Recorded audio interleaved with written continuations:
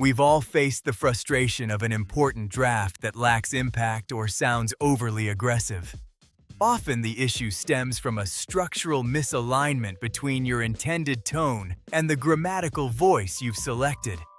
Correcting this misalignment requires an intentional choice between active and passive voice to command the focus of your message.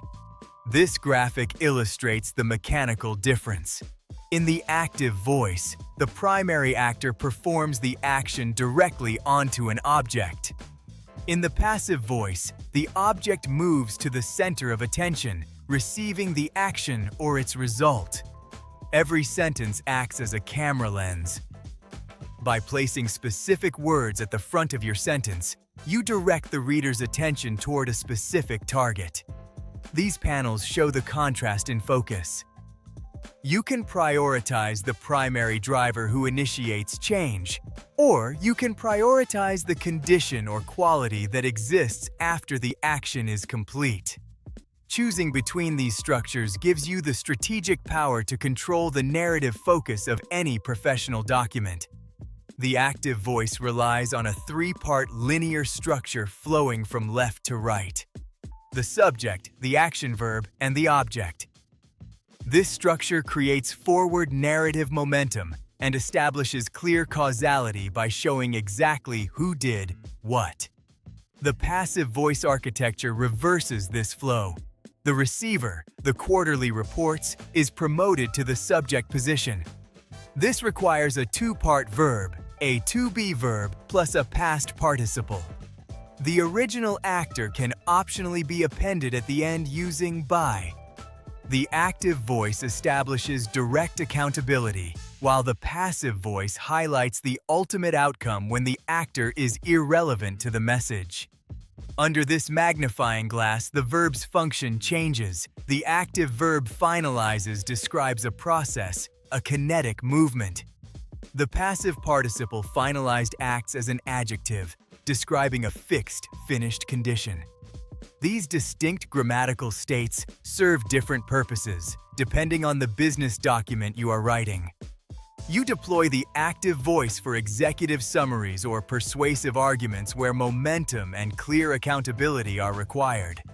The passive voice is more effective for technical manuals or when reporting on institutional processes such as security breaches where the specific actor is unknown.